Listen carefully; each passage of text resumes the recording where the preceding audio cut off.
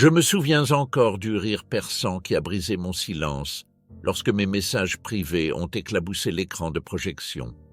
Mes mains tremblaient, mes joues brûlaient, et à cet instant, j'ai eu envie de disparaître à jamais.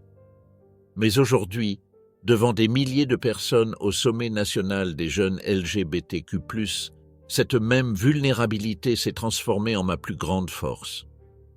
Voici comment la jeune fille qui se cachait autrefois dans les toilettes pour échapper aux tourments est devenue la femme à l'origine d'un mouvement qui a sauvé des vies dans 37 États. Que se passe-t-il lorsque vos secrets les plus intimes deviennent un divertissement public?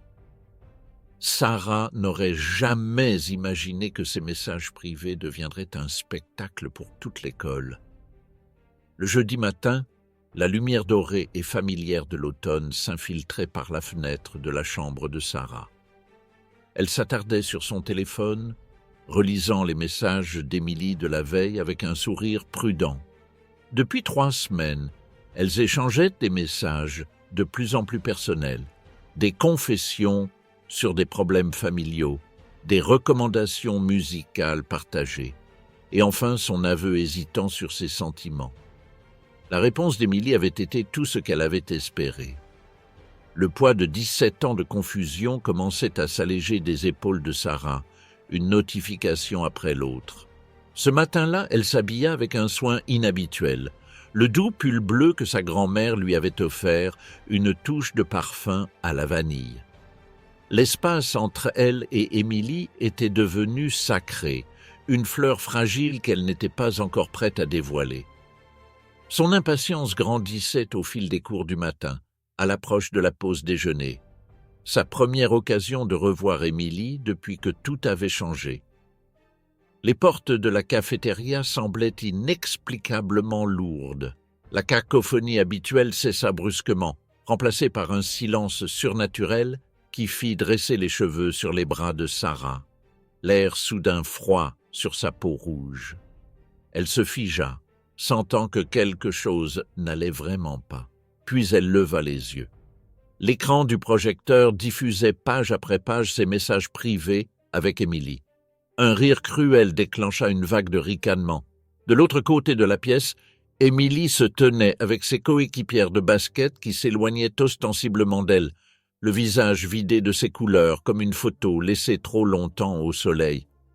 Le visage de Sarah se réchauffa. Sa gorge se serra. Le sol sous elle sembla s'incliner. Quelqu'un murmura « Gwyn », juste assez fort pour qu'elle l'entende, le mot la pénétrant comme un coup. Monsieur Gonzalez, le proviseur adjoint, se tenait à proximité, sans faire un geste pour éteindre le projecteur. « Je pensais que tu devrais savoir ce que ton ami pense vraiment de toi », lança Jason Miller, l'ex-petit ami d'Émilie, brandissant le téléphone volé de Sarah comme un trophée. Les semaines suivantes passèrent dans le brouillard. Sarah naviguait dans des couloirs peu fréquentés, mangeait dans des salles de classe vides et organisait ses visites aux toilettes pour éviter les groupes de filles qui chuchotaient. Sa moyenne de B baissait. Chaque matin était source d'angoisse. Chaque soir, de larmes que sa mère attribuait aux sautes d'humeur adolescentes. Les amis se sont éloignés.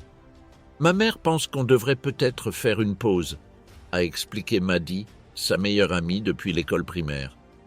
Rien de personnel, c'est juste compliqué en ce moment. 6 semaines après la projection, Sarah se tenait à la fenêtre de sa chambre, les yeux rivés sur l'allée en béton, 3 étages plus bas. La maison était vide. Le silence lui serrait les tympans comme une pression physique. Le béton offrait une solution permanente à une douleur passagère. Son téléphone vibra. Le titre de l'article était glacial. Un adolescent du quartier se suicide après avoir été victime de harcèlement.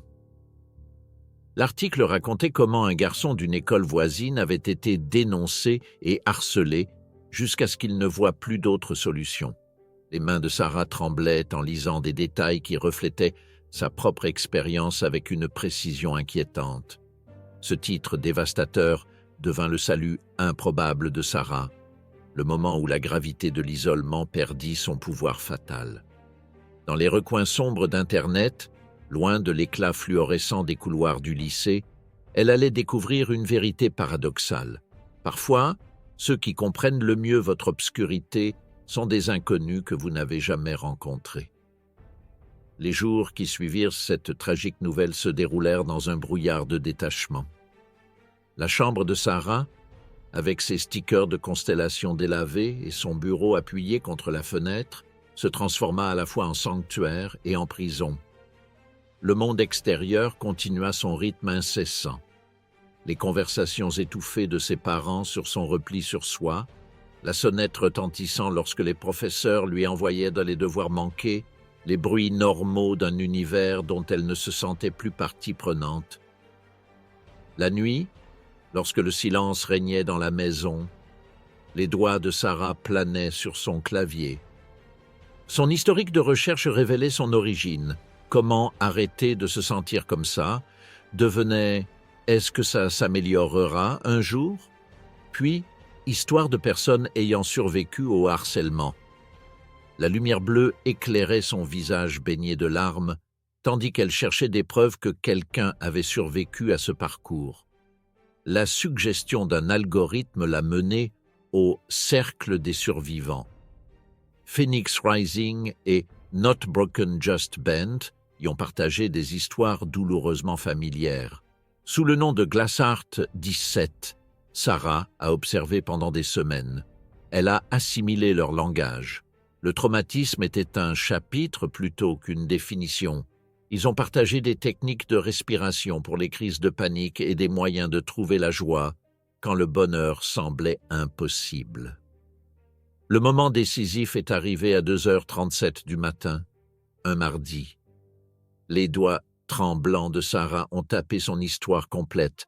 La projection, les insultes dans le couloir, les messages anonymes, le poids écrasant des faux-semblants. Elle a cliqué sur « Publier », convaincue qu'un refus s'ensuivrait. En quelques minutes, les réponses sont apparues. « Je te vois », a écrit Scarred But Standing. « Ta douleur compte », a ajouté Truthseeker 22. « J'ai ressenti la même chose l'année dernière, mais je te promets que ce ne sera pas toujours aussi douloureux », a partagé Beyond the Storm. Cette confirmation l'a submergée comme une pluie tiède après des mois de sécheresse. Ces connexions numériques sont devenues sa bouée de sauvetage.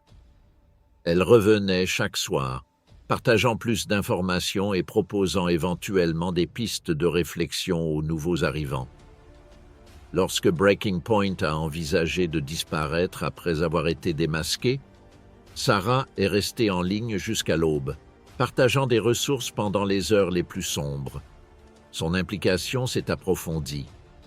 Elle a documenté des schémas récurrents dans les récits, comment certaines écoles favorisaient le harcèlement sévère, quelles interventions étaient efficaces, comment l'isolement apparaissait comme le facteur le plus dangereux. Les ressources qu'elle a compilées ont finalement été épinglées en haut du forum. Au sein de ces communautés, Sarah a découvert une terminologie qui encadrait ses expériences. Stress minoritaire, hétéronormativité, homophobie intériorisée. Il ne s'agissait pas seulement de termes académiques, mais d'outils qui transformaient sa souffrance en quelque chose qu'elle pouvait analyser et potentiellement changer. La révélation la plus profonde est survenue lors d'une discussion avec des membres du forum répartis sur 3 continents. En partageant des expériences similaires malgré des parcours différents, Sarah a compris que sa souffrance n'était pas fortuite, mais s'inscrivait dans un schéma récurrent, une défaillance systémique qui touche d'innombrables autres personnes. Et ces schémas récurrents, contrairement aux souffrances fortuites, pouvaient être perturbés par une action collective. Peut-être que ce qui m'est arrivé ne me concerne pas seulement, a-t-elle écrit dans un message cité ultérieurement par les membres. Peut-être est-ce la preuve que quelque chose de plus profond doit changer, et peut-être sommes-nous précisément ceux qui doivent le faire. L'activisme en ligne de Sarah a pris une nouvelle dimension lorsqu'elle a découvert Jamie Winters. Contrairement à l'adolescent anonyme de l'article, Jamie était en 2e année au lycée de Westlake, à seulement 30 km de l'établissement de Sarah. Ses parents l'avaient retrouvée dans le garage après des semaines de tourments causés par des rumeurs sur son orientation sexuelle. Cette proximité rendait la mobilisation numérique insuffisante, comme si l'on essayait d'éteindre un incendie avec un tuyau d'arrosage. Lorsque les idées disparues de Jamie ont fait les gros titres, la frontière entre le sanctuaire virtuel de Sarah et la réalité physique s'est complètement dissoute. « Je continue à écrire des mots dans le vide », a-t-elle avoué en ligne, alors que des enfants comme Jamie meurent dans le monde réel. Combien faudra-t-il encore avant que les choses changent? Sarah a passé 3 nuits blanches à examiner le manuel de politique de son district scolaire. Chaque page révélait des protections complètes contre la discrimination raciale et l'intolérance religieuse, mais un silence concernant les élèves LGBTQ+. Dans les marges de son carnet, Sarah a consigné les incidents dont elle avait été témoin, les comparant chacun à la stérilité du paysage politique. La réunion du conseil scolaire approchait à grands pas. Sortir de son pseudonyme signifiait s'exposer à la communauté qui l'avait déjà brisée. Le miroir de sa chambre devint à la fois confident et critique, tandis qu'elle choisissait une simple chemise bleue et un pantalon noir. Une armure pour une bataille incertaine. Le jour de la réunion, Sarah avait réécrit son discours d'innombrables fois. Sa gorge se serrait. Il lui était impossible de manger et ses fiches soigneusement pliées tenaient à peine dans ses mains tremblantes. La salle de réunion semblait plus petite qu'on ne l'imaginait. L'éclairage fluorescent exposait chaque vulnérabilité. 5 membres du conseil étaient assis en hauteur, tels des juges. Sarah reconnut Madame Kessler, qui emballait ses courses tous les samedis. Le proviseur Jenkins examina ses papiers, avec la même attitude d'évitement qu'il avait perfectionnée après la projection. Les parents remplissaient les rangées derrière elle, chuchotant « C'est la fille qui… » et « Pourquoi est-elle même ici ?» Lorsqu'on l'a invitée à commenter le point 14 de la politique anti-intimidation, Sarah s'est approchée du podium. Les mots inscrits sur ses cartes se sont évaporés. 5 secondes de silence se sont étirées jusqu'à l'éternité. La voix de Sarah se brisa. Elle ferma les yeux, imaginant le visage de Jamie, se souvenant des membres du forum qui lui avaient fait confiance. « Je suis ici parce que nos politiques ne protègent pas les étudiants comme moi. Et comme Jamie Winters. » La température de la salle baissa à l'annonce du nom de Jamie. Sarah poursuivit, soulignant les lacunes de la politique et les incidents de harcèlement. À la fin de son exposé, Eliza Chen, une élève du laboratoire de chimie, se leva. Tout ce que Sarah a décrit se produit quotidiennement dans notre école, je l'ai vu. Madame Ramirez, professeure d'histoire, a ajouté « En tant qu'éducateur, nous constatons le harcèlement, mais nous manquons de protocole. Nous avons besoin de ces politiques. » Le président s'est empressé de passer à autre chose, mais quelque chose avait changé. Des fissures étaient apparues dans le mur du silence. Le journal du lendemain publiait « Un élève interpelle le district sur la protection des LGBTQ+. » Dans l'après-midi, des élèves des districts voisins ont demandé comment s'exprimer lors des réunions du conseil. Un parent de l'école de Jamie a appelé pour solliciter les recherches de Sarah. L'article de journal déclencha une vague d'appels désespérés qui allait transformer la compréhension de Sarah quant aux raisons pour lesquelles elle avait survécu à ces moments les plus sombres. Alors que les médias régionaux reprenaient l'histoire de sa confrontation avec le conseil scolaire, son téléphone et ses comptes sur les réseaux sociaux devinrent des vecteurs de souffrance inattendus. Les messages arrivaient à toute heure, d'abord des villes voisines, puis des comtés éloignés, pour finalement traverser les frontières des États. Ils reprenaient le même thème obsédant. Je pensais être la seule. Chaque message révélait une jeune personne dont l'expérience reflétait en partie celle de Sarah. L'isolement, l'humiliation ciblée, les adultes qui détournaient le regard. Nombre d'entre eux confiaient avoir pensé à disparaître. Sarah restait assise à sa table de cuisine jusqu'à l'aube, rédigeant des réponses qui pourraient servir de bouée de sauvetage à ceux qui vacillaient au bord du précipice. « J'ai besoin de quelque chose de plus durable », dit-elle à ses parents, ses cernes trahissant une nouvelle nuit d'intervention d'urgence. En quelques jours, Sarah transforma sa cuisine en un véritable centre de commandement. Liste de ressources, contacts régionaux et structure d'un site web. Elle l'a baptisé « Le projet Miroir brisé », créant un sanctuaire numérique avec des forums anonymes et des annuaires de ressources régionales. Plus important encore, elle a mis en place un service de chat animé par des bénévoles issus de ses réseaux en ligne. Sarah gérait elle-même les gardes de nuit, veillant pendant ces heures où le désespoir se cristallisait souvent en plans périlleux. Sa vie scolaire a pris du recul avec la transition vers l'apprentissage en ligne, où elle devait terminer ses devoirs entre deux interventions. La classe numérique l'a protégée du harcèlement persistant malgré ses prises de position publique. Ses journées étaient divisées en segments précis, devoirs en journée, maintenance du site web au crépuscule et assistance directe la nuit. Au bout de 3 mois, des tendances se sont dégagées des centaines d'histoires circulant sur son site. Sarah a recensé les environnements scolaires propices au harcèlement grave, les stratégies aidant les survivants et les signes avant-coureurs des crises. Les établissements scolaires présentant des taux élevés de harcèlement LGBTQ+, partageaient des caractéristiques distinctes. Des départements sportifs à l'influence démesurée, des administrations minimisant le harcèlement en le qualifiant de conflit et des politiques punissant à la fois les cibles et les agresseurs. Tard un soir, Sarah découvrit quelque chose d'effrayant dans sa base de données. Les tactiques décrites dans des dizaines d'écoles suivaient des schémas identiques: isolement délibéré, humiliation publique impliquant des informations privées et campagne systématique de rumeurs. Chaque blessure infligée lui avait involontairement appris ce qu'exigeait la guérison. Cette révélation s'est cristallisée lors d'un appel de crise avec Alex, 15 ans.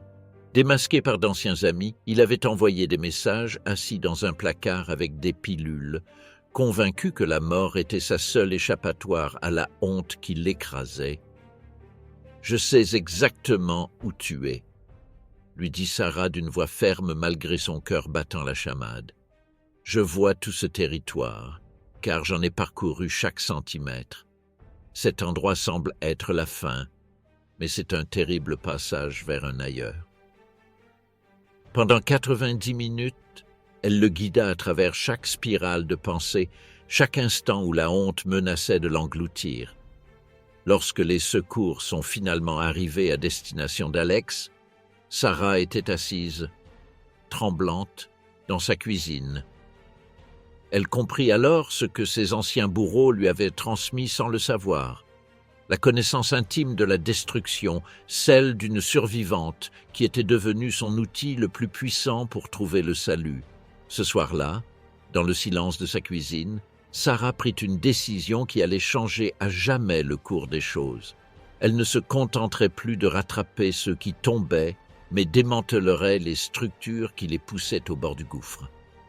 Les schémas révélés par ces feuilles de calcul formaient le schéma architectural de l'échec institutionnel.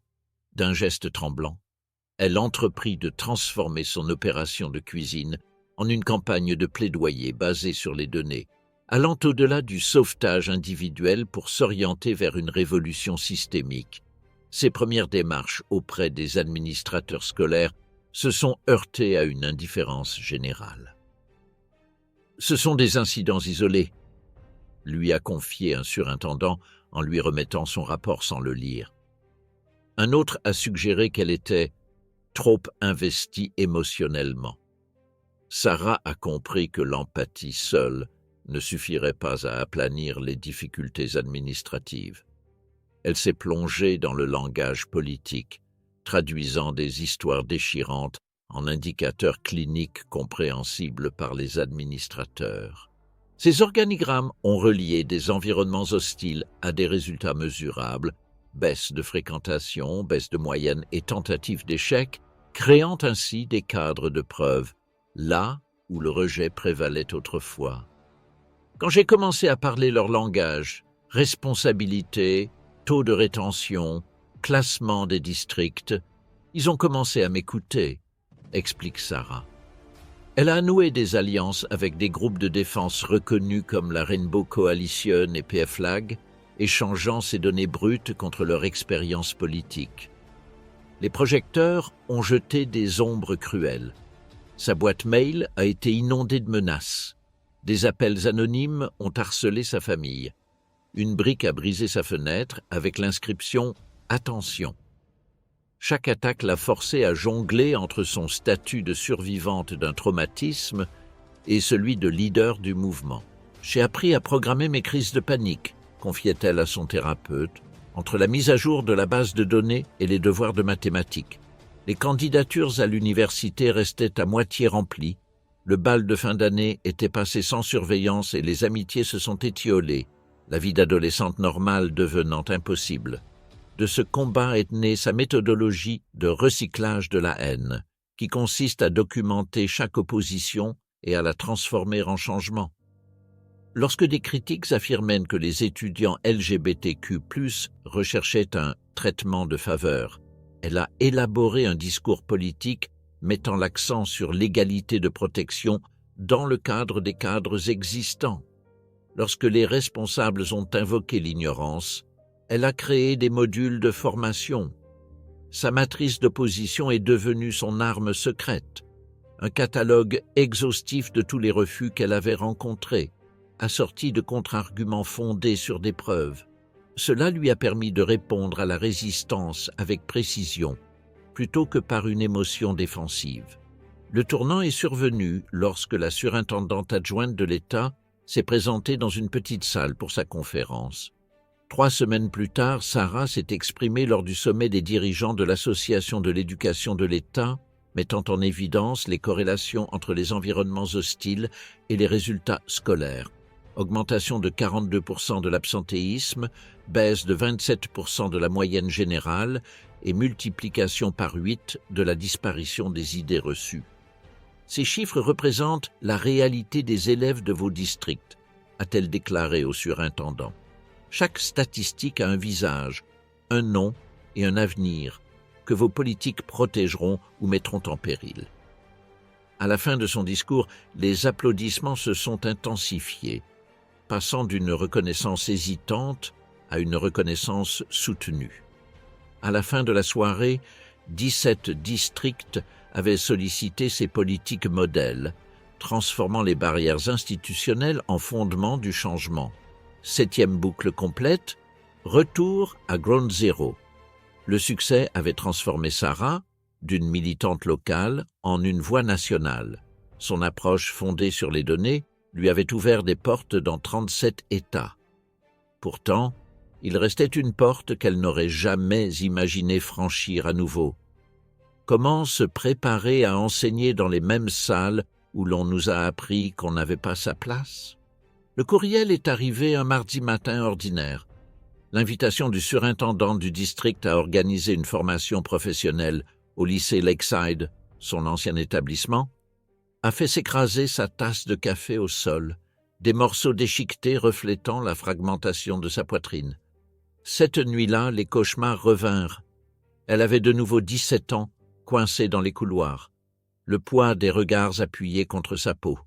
« Votre corps se souvient, » expliqua le docteur Rivera pendant la thérapie. « Mais ce souvenir ne signifie pas régression.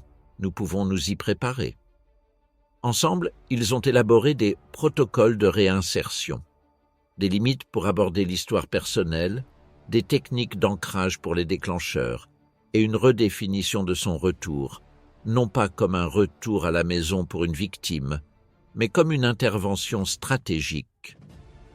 Sarah ne cherchait pas à tourner la page. Elle apportait une expertise dont l'école avait désespérément besoin. Sarah a élaboré son programme à partir des données de Lakeside. Elle a analysé les rapports disciplinaires, révélant des angles morts systémiques, et a interrogé des étudiants LGBTQ+ actuels, cartographiant des frontières invisibles qui faisaient écho à son passé. La veille de l'atelier, elle a ajusté son blazer, son armure contre les souvenirs, en répétant « On ne retourne pas au passé, on façonne l'avenir ». L'entrée de l'école lui semblait à la fois étrangère et familière. Le directeur Jenkins, le teint plus grisonnant et le même sourire gêné, la présenta avec un enthousiasme répété qui ne lui parvint jamais. Sarah scruta méthodiquement l'auditoire. Monsieur Delaney était assis là, observant en silence les élèves de terminale lui barrer l'accès au poste de laboratoire. Non loin de là, Madame Wilson faisait semblant de ne pas entendre les insultes des vestiaires. Leur présence serra la gorge de Sarah avant qu'elle n'applique sa 3e technique de respiration. 4 temps, 7 temps de maintien, 8 temps de relâchement. Elle a su commencer par les données, son bouclier contre la vulnérabilité. Pendant 2 heures, elle a été l'experte invitée, présentant des cadres de solutions et des protocoles d'intervention. Après le déjeuner, l'atelier a pris une autre tournure. Les groupes ont joué des scénarios basés sur des études de cas compilées par Sarah. Elle a placé une carte de scénario devant Madame Wilson. Un élève athlète entend des propos homophobes dans les vestiaires. Que fait concrètement l'enseignant responsable? L'atmosphère de la salle changea. Quelque chose dans la précision de Sarah suscita des questions. Lors de la restitution, un jeune professeur d'anglais demanda « Comment avez-vous appris à connaître nos défis spécifiques ?»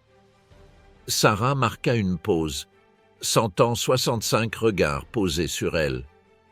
Ce moment, elle s'y était préparée avec le docteur Rivera. « J'étais étudiant ici. Promotion 2018. » La compréhension se lisait sur les visages. Le directeur Jenkins s'agita, mal à l'aise. Le visage de M. Delaney se vida de ses couleurs. Sarah a délibérément changé de cap. Mais aujourd'hui, il ne s'agit pas de se souvenir du passé. Il s'agit de créer des systèmes qui protègent les étudiants actuels et futurs. Elle a attiré leur attention sur des plans de mise en œuvre assortis de mesures de responsabilisation claires. « Vous n'avez pas besoin d'être parfait », conclut-elle. « Vous devez être constant.